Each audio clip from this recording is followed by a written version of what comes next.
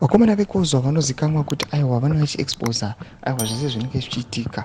the ruling party vachikola espade. Takuona kuti vana munyaradzi shoko uchipinzwa pama1 toona kunzi aiwa vakomana vethe regime they are after him vachiti aiwa they want to take his life but vanoda kumbinza pama1 sana mida mashuka muda chiexposa nevakomana vethe interview unit yekuzwa kuti vosubscribe like turn on the bell vanoposa mapictures amuri kuona munyaradzi shoko nana oil Mudha Ncube nefire kuratidza kuti aiwa this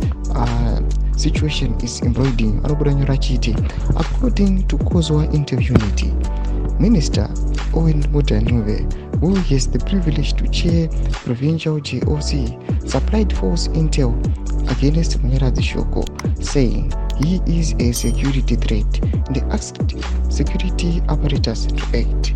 Mudha wants Shoko either dead or jailed immediately on crafted criminal offense. Mashoko anobuda aitoka nawakomana vekuzwa vachiti aiwa Mudha anoda kuti security iacte on Munyaradzi Shoko zvavari kuda kuti ave dead or